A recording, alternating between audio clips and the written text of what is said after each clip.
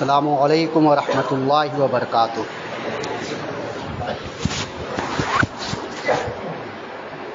الحمد للہ رب العالمین والعاقبۃ للمتقین والصلاة والسلام علی سید الانبیاء والمرسلین وعلی آلہ واصحابہ اجمعین، اما بعد، فاعوذ باللہ من الشیطان الرجیم، بسم اللہ الرحمن الرحیم۔ وَنَدَىٰ فِي الظُّلُمَاتِ أَن لَّا إِلَٰهَ إِلَّا أَنتَ سُبْحَانَكَ إِنِّي كُنتُ مِنَ الظَّالِمِينَ۔ صدق اللہ العلی العظیم وصدق رسولہ النبی الکریم الامین الامین، ونحن على ذلك لمن الشاهدین والشاکرین، والحمد للہ رب العالمین۔ خطبہ مصنوعہ کے بعد بہت ہی مشہور و معروف آیت کریمہ کی تلاوت کرنے کا شرف حاصل۔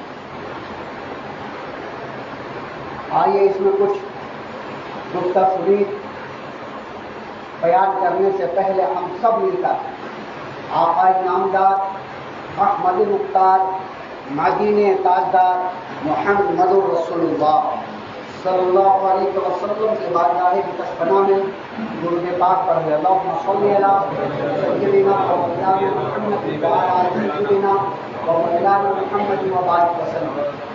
صلاۃ و سلام علیک یا رسول اللہ صلی اللہ تعالی علیہ وسلم۔ رب ذوالجلال کا لاکھ لاکھ شکر ہے کہ اللہ تبارک و تعالیٰ نے ہم سب کو پھر جمعے کی نماز کے لیے اس مسجد میں جمع کیا۔ حمد و ثنا رب کائنات کے لیے، درود و سلام ہمارے آقا محمد رسول اللہ صلی اللہ علیہ وسلم۔ آج انشاءاللہ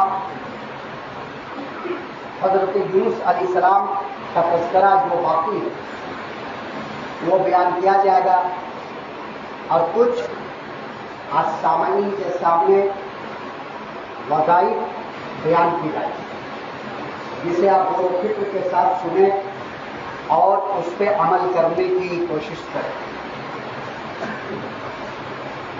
گزشتہ جمعہ آپ نے حضرت یونس علیہ السلام کے بارے میں سماعت فرمائی کہ اپنی قوم میں 23 سال تبلیغ کی ہے، سوائے 2 افراد کہ کوئی بھی ایمان نہیں لایا، تو حضرت یونس علیہ السلام نے اللہ کی بارگاہ میں دعا کی، رب قدیر ہماری قوم گونگی اور بہری ہو چکی ہے، یہ ایمان نہیں لا رہے، میں دین کی تبلیغ کرتے ہوئے 300 سال کا زمانہ گزر گیا، اب ان کے اوپر عذاب بھیج دو۔ اور اپنی قوم میں یہ بولے کہ تم ایمان نہیں لا رہے ہو، بھٹکے ہوئے ہو، بتوں کی پوجا کر رہے ہو، میں نے 30 سال لگاتار تبلیغ کی، اب اللہ تبارک و تعالیٰ تمہارے درمیان عذاب لائے گا۔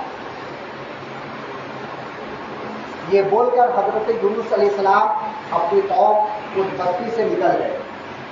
لگ بھگ 1,20,000 کے جانب حضرت یونس علیہ السلام کو تبلیغ کے لیے بھیجا گیا۔ رات میں آثار نظر آئے، پورے آسمان گھنا گھور چھا چکا تھا، اندھیرا ہو چکا تھا، تو قوم یونس علیہ السلام یہ سمجھ گئے کہ جو یونس نے یہ خوشخبری دی کہ اللہ کا عذاب آنے والا ہے، اور چونکہ وہ لوگ جانتے تھے حضرت ابراہیم علیہ السلام، حضرت لوط علیہ السلام اور حضرت نوح علیہ السلام کے اوپر اللہ کا عذاب آ چکا ہے، تو یہ حضرت یونس علیہ السلام کو 30 سال تک پر پھیرتے تھے کہ کبھی انہوں نے جھوٹ نہیں بولے، کبھی امانت میں خیانت نہیں کیے، جو وعدہ کیے وہ پورا کرتے تھے، تو یونس علیہ السلام کو تلاش کیے، تو بولے حضرت یونس علیہ السلام بستی میں نہیں ہے، اس کا مطلب یہ ہے کہ عذاب آنے والا ہے۔ اور یہ پہلی قوم ہے، بتا چکا ہوں، جس کے اوپر عذاب مسلط ہونے کے بعد اللہ تبارک و تعالیٰ نے عذاب کو ختم کر دیا۔ ورنہ جتنی بھی قومیں آئی جن کے نبیوں نے اپنی قوم کے لیے عذاب کی دعائیں کی ان کے اوپر عذاب مسلط ہوا. لیکن فرد واحد یہ قوم ہے جو مسلط ہونے کے بعد بھی عذاب نہیں آئی، اللہ تبارک و تعالیٰ نے اس عذاب کو ختم کر دیا. اور وجہ یہ ہے کہ جب انہوں نے دیکھے حضرت یونس علیہ السلام ہماری بستی میں نہیں ہے، ہمارے درمیان نہیں ہے، نکل گئے، تو حقیقتاً اب عذاب آنے والا ہے. تو اس وقت کے ارد گرد جو انبیاء تھے ان کے پاس دوڑ کر گئے اور پورا واقعہ بتائے. تو وہ انبیاء کرام بولے کہ اپنے نبی کی بارگاہ میں جاؤ، وہاں پہ تلاش کرو، اپنے نبی کو تلاش کرو جو تمہارے علاقے میں جس نبی کو بھیجا گیا ہے حضرت یونس علیہ السلام کو تلاش کرو. یہ تلاش بہت کیے، جب نہیں ملے تو اپنے بستیوں سے باہر نکل کر جنگلات کے طرف چلے گئے. عورتیں الگ، مرد الگ، بوڑھے الگ، بچے الگ، اور سب رب کی بارگاہ میں رو رو کے دعائیں کر رہے ہیں کہ اللہ میری خطا معاف کرنا، ہم گناہ گار بندے ہیں، سیاہ کار بندے ہیں، تیرے نبی مجھ تک آئے، وحدانیت کا پیغام دیے، لیکن ہمارا دل اندھا ہو چکا تھا، ہم نہیں سمجھے. اب ہم توبہ کرتے ہیں، ہماری توبہ کو قبول کرنا، ہم سے عذاب ہٹا دیں. اب یہ دعائیں رب کی بارگاہ میں قبول ہوئی. آج جو توبہ کیے وہ توبہ رب نے قبول فرمایا، اور پھر جو عذاب آنے والا تھا وہ عذاب اللہ تبارک و تعالیٰ نے ہٹا دیا، اور تمام کے تمام 1,20,000 روپے سب کے سب اسلام میں داخل ہو گئے، کلمہ پڑھ کر مسلمان ہو گئے.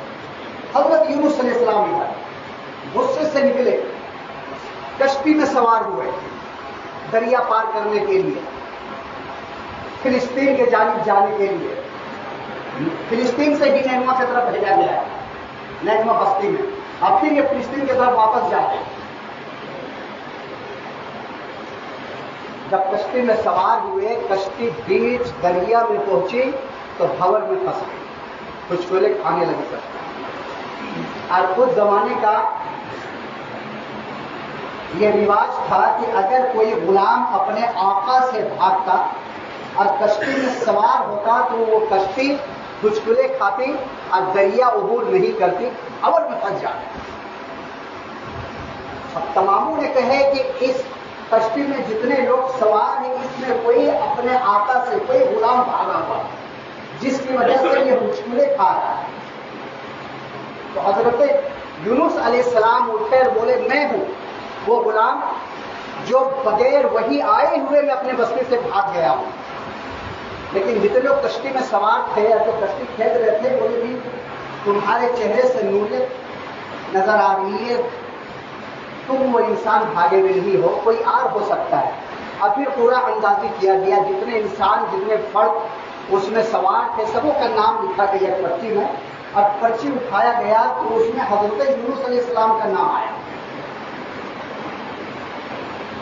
ان لوگوں کو دل مطمئن نہیں ہوا، پھر پرچی لکھی گئی، پھر اٹھایا گیا، پھر حضرت یونس علیہ السلام کا نام آیا.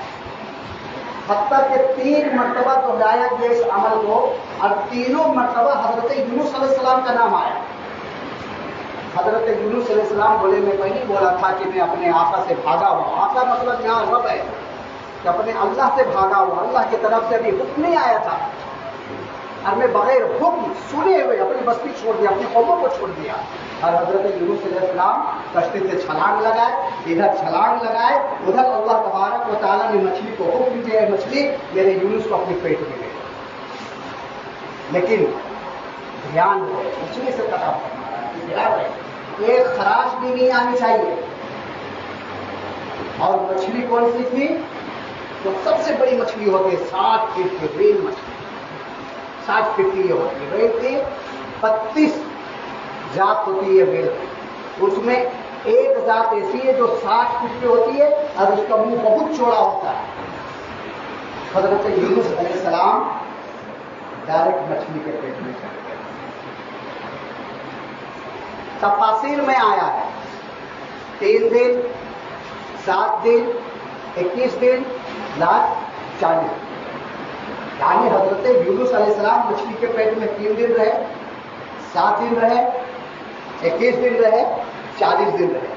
اسی لیے جو عملیات حضرات ہوتے ہیں جو عمل کرتے ہیں وہ 3 دن کا عمل کرتے ہیں، 7 دن کا عمل کرتے ہیں،